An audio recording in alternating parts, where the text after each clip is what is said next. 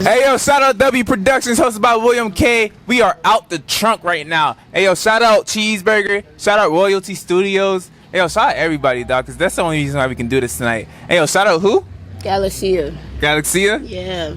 I put Spell the that for name me. Galaxy and Aaliyah together. My real name is Aaliyah, and then I got Galaxia. You play PlayStation or Xbox? Of course, I play PlayStation. Okay, great. You got to give me a fist bump for that. So I always been a PlayStation player, and my gamer tag is Galaxy. So I just put Galaxy and Aaliyah together. So it's Galaxiyah. Alright, where can I find you on Instagram?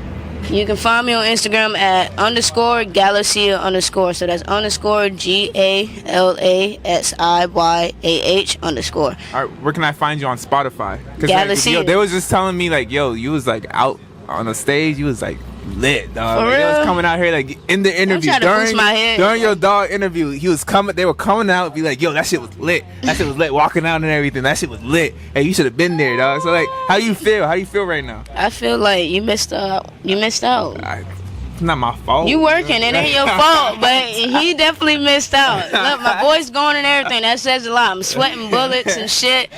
He missed out, but you know, I just be having fun with it. Music is my passion, and When did you start? I started in late 2018 when X died. He's my favorite artist, and it's sad to say, but when he died, I went to his memorial and I got to see open casket, and it's a long story. You know, I'm very spiritual, so I ain't even gonna dive deep. Y'all will hear my story. You just follow my path. Are you connected with X in some type of way? I am. You are? What made you ask me that? Because you said you went to his memorial. I have a friend named Kanji, and she's connected with X, and she just went to the thing. So, like, where are you from? I'm from Polk County, Lakeland, Florida. What? You don't know where that's at? No, I feel like we know the same people for some reason. I feel like we gonna end up seeing each other again. You be tapped into the people I fuck with. You know, you name Wi-Fi funeral and shit. Like, I be chilling with motherfuckers like that. I just like to chill and vibe. I don't really give a fuck about clout. I don't give a fuck about who got the most followers or who already been in rooms. Really matters, to be Yeah, honest. I already been in rooms with hella people who performed and rolling out and shit. I don't give a fuck about that shit. One thing I learned, what really matters is the energy you give people. The energy you give the crowd, the energy you give to the person right next to you, yourself. What I'm giving off. You're giving off great energy, dog. You're giving off somebody that just put in work on the stage. Like somebody who just like did they thing, bro. You see me? I ain't never sweat this damn hard. Fuck. And I do the same shit. I don't know what's going on. It be hot as fuck in there though. It be hot as fuck. Yeah, it do. But that's what happens when you perform. You feel me? You get heated. Cause I be in there, I be feeling good, but I'm not performing, so I'm not gonna feel how you feeling. You feel me? Makes sense. So you just gave me your Instagram. You just gave me your Spotify. Yeah. What music do you have coming out? I just dropped the EP called Me You Want to Discover, because I feel like a lot of people want to know who I am, and I'm trying my best to not be in my shell. I am a Cancer, I'm a crab. I like to go in my shell sometimes, but I'm trying my best to like put myself out there. It's not even more, I used to be shy and have stage fright. It's not that anymore. It's more of just like, I guess I know people are going through what I'm going through, because believe it or not, I know I look good and I look like money, but I'm far from it, and I've learned to be grateful for all that I obtained because of the fact that I didn't, grow up in the best childhood. When did you get that realization that you should be grateful for everything, like your music, the fact that you can perform right now? When did you get that? That's a good question. That's a good question. When I recently I'll be open. I recently just went through a phase in my life where I traveled to Kentucky and Indiana for a job, trying to chase money. And when I was there, I probably did the job like twice or 3 times, and I realized it wasn't for me. Like, what the fuck I'm doing here?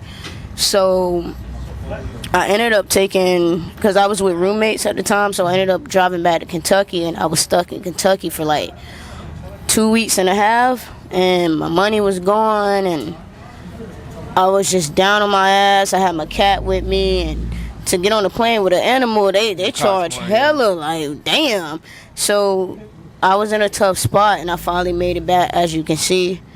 And when I made it back, I was looking at my house and shit, and I'm like, damn, I live in a 6-bedroom house, and like, I should be more grateful. I'm always complaining about Cause you know we black people, you know we grew up and the parents be like, turn the lights off, light bill. So yeah. I be complaining about the lights being on and. Bro, younger, I didn't even have lights. Though. Yeah, all type of shit. Borrowing the neighbor's water. Like, yeah, I used to sleep with motherfucking rats and shit and all type of shit. So it's like I had to go through this experience to realize that I've been through worse shit and to be grateful for where I'm at, because I was homeless before. I was sleeping in the car with a cat and I had no food. I had to make sure my cat ate. And that moment too made me realize, like, fuck, I'm down on my ass. And I was calling people and texting people asking for like $5-10, and they was like, no, I ain't got it, knowing damn well you got it. And it's just like they wasn't obligated to help me. I had to get up on my own, because the way people perceive me, they perceive me to be already at the top. Yeah. Which I get it. I portray myself to be that way. Yeah.